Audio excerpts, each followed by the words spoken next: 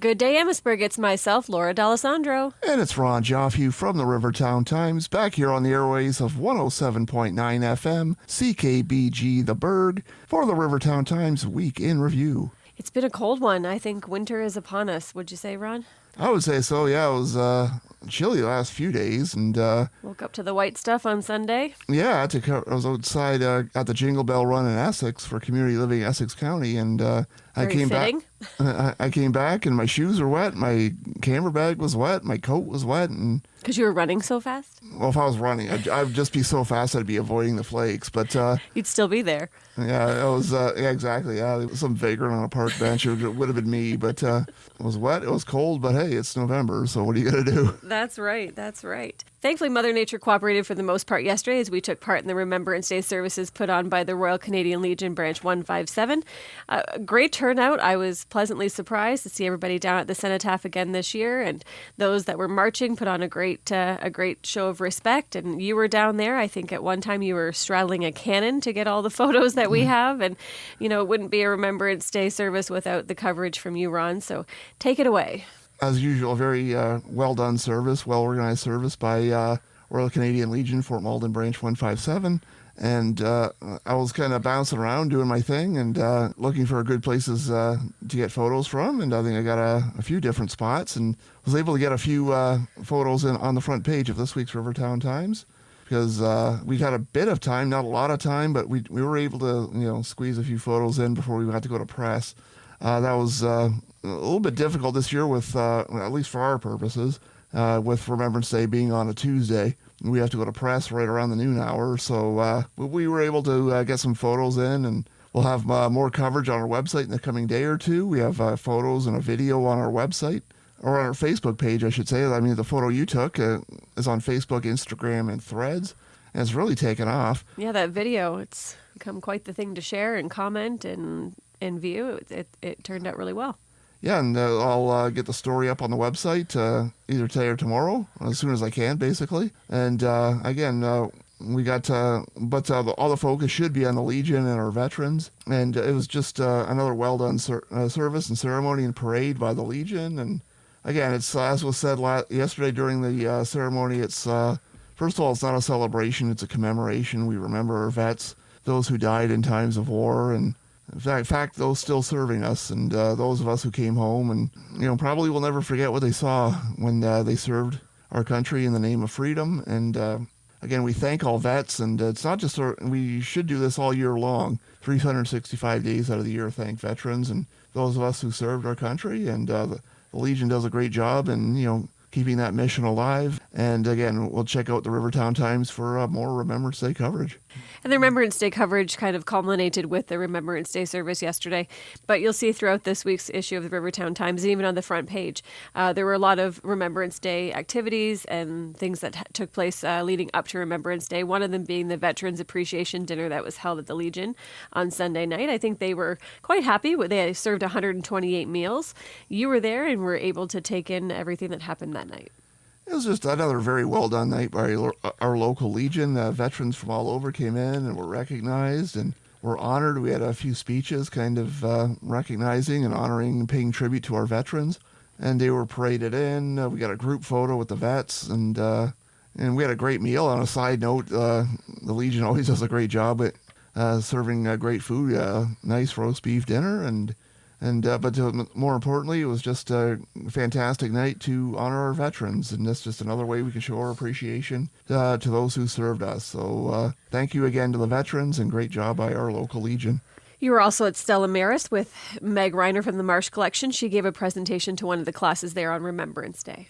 Yeah, the Marsh Collection has started an Amherstburg Landmark series, so that's where schools can get involved, and if you want to learn more about landmarks, your school, and various buildings in your town, you can do that by contacting the Marsh Collection. This particular one at Stella Maris was to grade 7 students about Remembrance Day and about the history of the Cenotaph. Meg Reiner, the collections coordinator at the Marsh Historical Collection, she took the lead on the presentation, though retired teacher Rob Way, who retired from Stella Maris. He's now a volunteer with the Marsh Collection, and they teamed up and put on a rather informative presentation to those grade 7 students learning about history at Stella Maris. And that was just one of the many great Remembrance Day events I was able to cover. Well, we were able to cover over the past week, because I know you were out at, you helped cover for me at North Star High School last Wednesday night. The 202 Royal Canadian Fort Malden Army Cadet Corps. They were pinned with poppies, and a couple of veterans talked to the cadets about their experiences serving in the military, and another informative evening and another way to honor our veterans. So, thanks to the cadets as well for incorporating as part of what they do. Yes, and thank you for their participation yesterday in the parade. They did a wonderful job. Town Council met Monday night after there were a few items on the agenda, but the main topic, however, was the tabling of the 2026 budget. The initial tax increase is a proposed 2.86%. And they've done no deliberations. Those come at a later date. This is just kind of the first unveil of the budget, if you will. And I, for one, was a bit surprised it came in as low as it did. I remember past year, I know last year was quite a bit higher, and past years it's been a lot higher what they start out as. And this has been going on a number of years now. I've been covering budgets probably for at least 15, 20 years, and I can't remember it starting quite this low, but they're going to start, as you say, about 2.86%. Hopefully even try to shave it down even further. It's a little bit different this year. It started out as the mayor's budget because of the strong mayor powers that were the province put on Amherstburg and other municipalities in the region. Quickly turned it into council's budget, and now council will get to deliberate on it, and they're free to add, subtract, do whatever they like. And there's no way around the mayor's budget. Like, the mayor's strong powers as far as like making rules and overturning things, that we did away with, but you can't get out of doing this, having the mayor's budget. Yeah, it has to be quote unquote mayor's budget, but he has waived the veto period, so he can't veto the budget anymore. That was one of the items put forth Monday night, and again, he's made it into council's budget now. And there's going to be a public open house at the Libro Center. That's November 22nd from 10 a.m. to 12 noon. It's going to be an open house format. I know in the past they've done it in the lobby of the Libro, so you can go in and meet with department heads. I anticipate council members will be there, and they usually are. And so you'll be able to ask questions, air your grievances, and just find out more information about the proposed 2026 capital and operating budgets. Full story starting on page 2 of this week's RTT. So make sure you check that out. And the budget will be deliberated starting on December 8th. And that's starting at 6 p.m. That's our usual Monday night meeting. But it's going to be devoted to the budget that night. That goes from about 6 till 10. People can delegate at that meeting. That's where we hear a lot about the community grants and that sort of thing, usually on that night. And but there's 3 days set aside for it. It's the 8th. December 9th is from times are 9 a.m., I believe, until 5:30 p.m. Thursday, so I get back again Thursday morning, December 10th, and runs through 4:30. But that, of course, if necessary. If they wrap it up early, they wrap it up early. And but we'll be there as much as we possibly can, and keeping track of what they do and what they cut, what they don't cut, and that sort of thing. And once they arrive at a final number, we'll get that to you as quickly as possible. Well, thanks, Ron. Was there anything else from council you wanted to touch on? I know Deputy Mayor Chris Gibb put forth a notice of motion. It'll be discussed at the next meeting with regards to power outages in the area. They're asking Hydro One to come in and talk to council. I know this is an item we'll be talking about in a bit, but I know Councillor Molly Allaire spoke about the issues with the Conservation Authority and proposed changes there, and proposed amalgamation with other conservation authorities. It sounds like provincial changes could lead to 7 conservation areas in the province rather than 36, and Essex, the region Essex is in, could now stretch as far as Cambridge. So I know there's concerns with regards to that, and that's a long way. I know there's a new provincial agency being established. We have more details on page 6 of this week's RTT, so full details there. And I know IRCA is going to be talking about it Thursday night at their board meeting, and I plan to check that out. Again, it sounds like a fairly interesting topic, and it's one that's causing some questions around the community. So again, full story on our website and on page 6 of this week's issue of the Amherstburg Rivertown Times. I had the pleasure of going out to Sarah Park's horsemanship on Monday when the launch of Christmas on the Farm began in partnership with the Windsor Parade Corps. Sarah Parks is located at 7150 County Road 20, and this is going to be the second year for Christmas on the Farm. They were very happy with what they had last year, and they're looking to add to it this year. They've had the addition of character meet and greets. They're going to be making cookies on Sunday afternoon. So if you get a chance to go out and check out Sarah Parks, I encourage you to do so. They're really banking on that Christmas tradition. I know Sarah had said they really kind of want to give families a chance to enjoy the season away from the commercialism of it all and to come together on the farm. So there is a story on page, do you know what page, Ron? I believe it's 7 or 8. 7. Page 7 of this week's RTT. Yeah, it has a list of dates and times and Where to pick up the shuttle service. yes, there's no parking on the farm. They obviously, it's not that big of a place and they want to keep everybody safe. So you catch the shuttle at Malden Center and ride down to Sarah Parks. And we have also more Remembrance Day coverage on page 7 with students of Villanova doing planting some flags on grave sites in Victoria Memorial Garden. So check out both stories on page 7.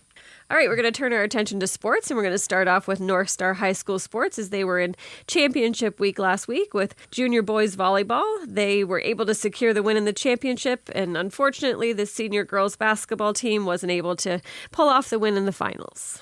Yeah, Thursday night, the junior boys volleyball team was out at Erie Migration District School in Kingsville, and they won in 4 sets. They won the first, lost the second, but won the next 2 sets to claim the junior boys WEXA AA championship. They now play at Chatham John McGregor on November 17th. That's at 5 p.m. for SWASA. And again, that'll wrap up their season. There's no offset at the junior boys level. And so great job by the Wolves there in junior boys volleyball. And still a great season for the senior girls basketball team. They advanced to the WEXA AA finals. They beat Essex last Thursday in the semifinals, holding a talented Red Raiders team to only 20 points in the semifinal. That put them into Sunday night's championship game at St. Clair College against the Tecumseh Vista Academy Vortex. It's a young North Star team. The Wolves, actually, there's more junior players than there are senior players this year, but they played at the senior level and progressed well. But they were a little nervous in the championship game, came out a little bit slow, trailed at the halftime. I believe it was 23-9. Ended up on the short end of a 50-33 loss to the Vortex. So it's Tecumseh Vista Academy advancing to SWASA and the season ending for North Star. But again, there's really no need to hang their heads if you're at the Amherstburg schools because, again, I think they had about 2 or 3 seniors and the rest were junior age players, meaning they can all come back next year and try again. And they got years worth of valuable experience at the senior level and they progressed really well. I mean, I know they outperformed my expectations and I think they did as well. I talked to a couple of the senior players and after the game Sunday night and they weren't expecting to get this far, but they're looking forward to get back to the championship game next year and best of luck to the Wolves. North Star Wolves football continued their winning record, finishing out the regular season 7-0. However, their shutout streak did not continue and ended last Wednesday night against the Lasore Eagles. Yeah, they actually trailed at one point, 14-7 in the second quarter. First time on the season, eh? Exactly, the first time they allowed points, much less trailed in a game. And then, but they picked it up in the second half, third quarter, with 20 unanswered points.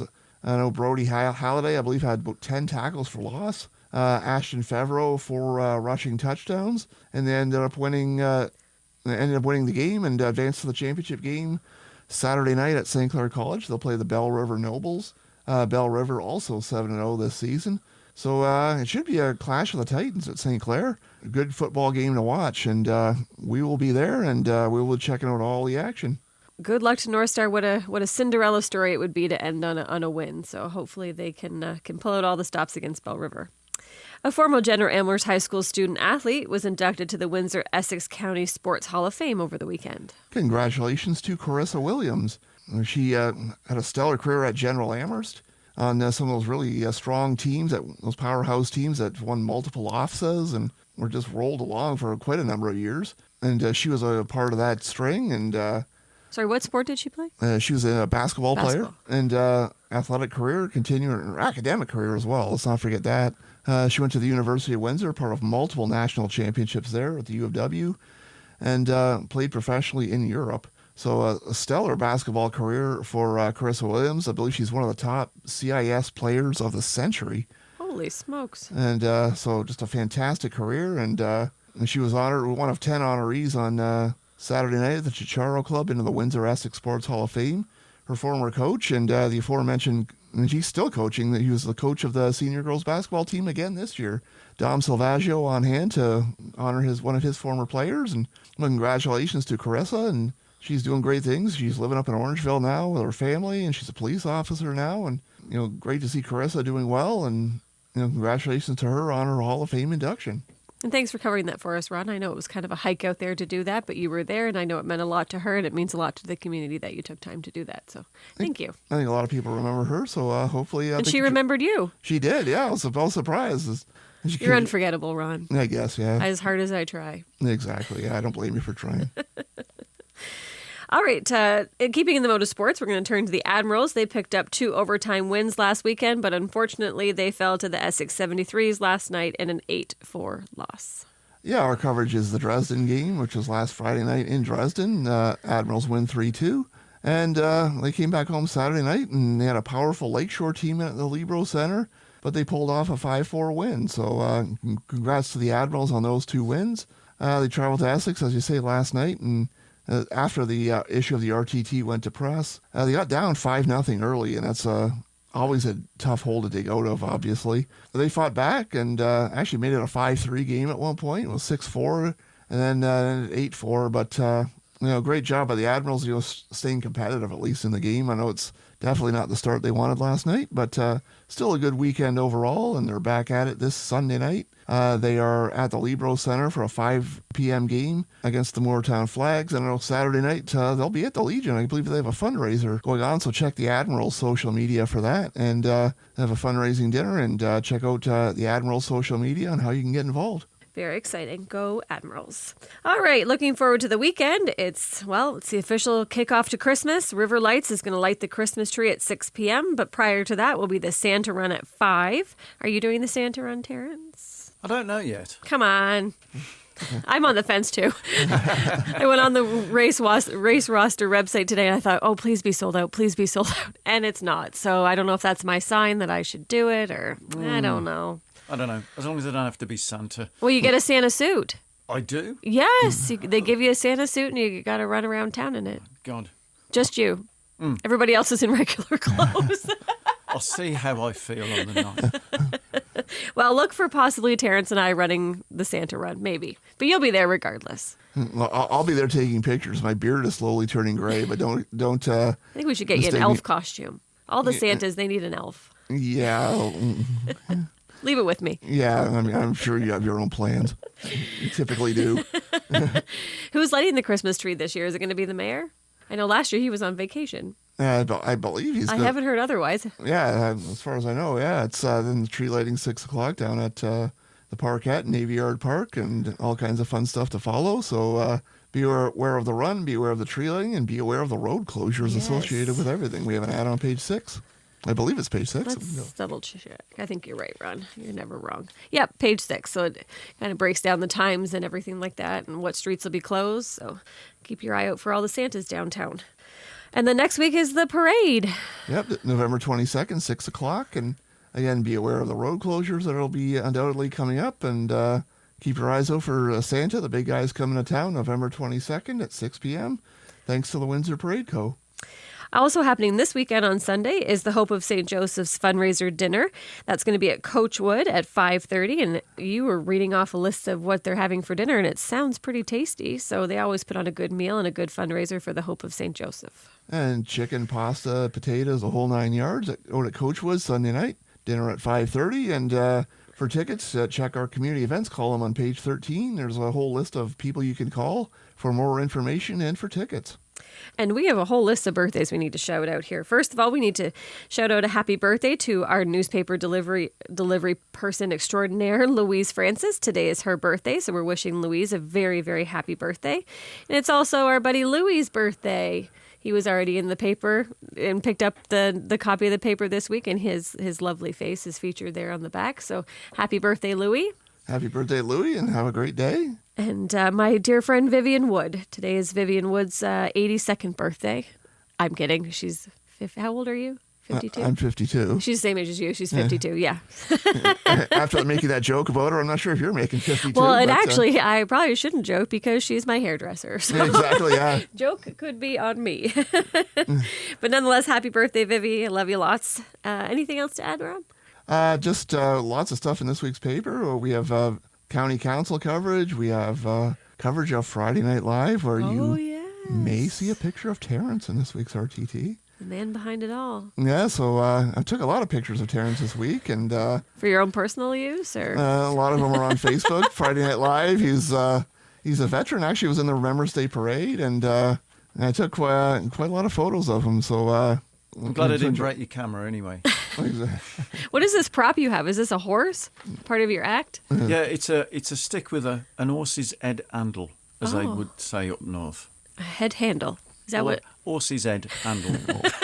Well, if that picture doesn't leave you wanting more, I think Friday Night Live in December is just going to be out the door. People wanting to go see what's going on. Well, I actually going to have to wait till January because you're not doing one in December? Yeah, there's too much going on in December. Yeah, the of church course. gets busy. Yeah, so January. That's right. Leave the people wanting more, Terrence. Yes. So the next act's in process. Good stuff. Page 9 for those photos, by the way, and text Ron if you want, more. We'll get those around town. All right, Amos, but this was a silly episode. I don't know. We started out so somber and serious with Remembrance Day, and then we just kind of went off the rails here. You kind of veered off a little bit. We did. But that's what you get here. All right, Amherstburg, have a great day. Have a great day. Have a great week. And we'll see you back here on the airwaves of 107.9 FM next Wednesday at 12 noon and the replay at 4:30 p.m.